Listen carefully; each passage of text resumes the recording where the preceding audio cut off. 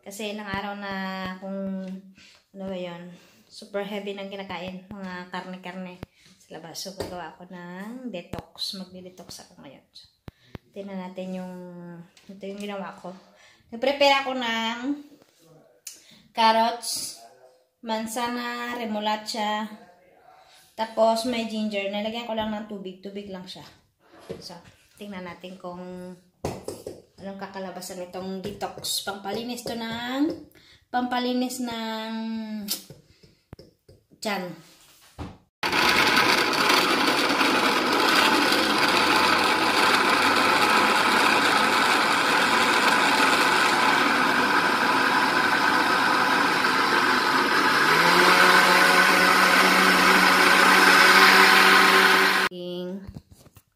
Finished product.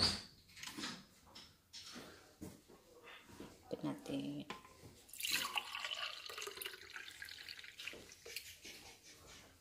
Ayan. Aking finish.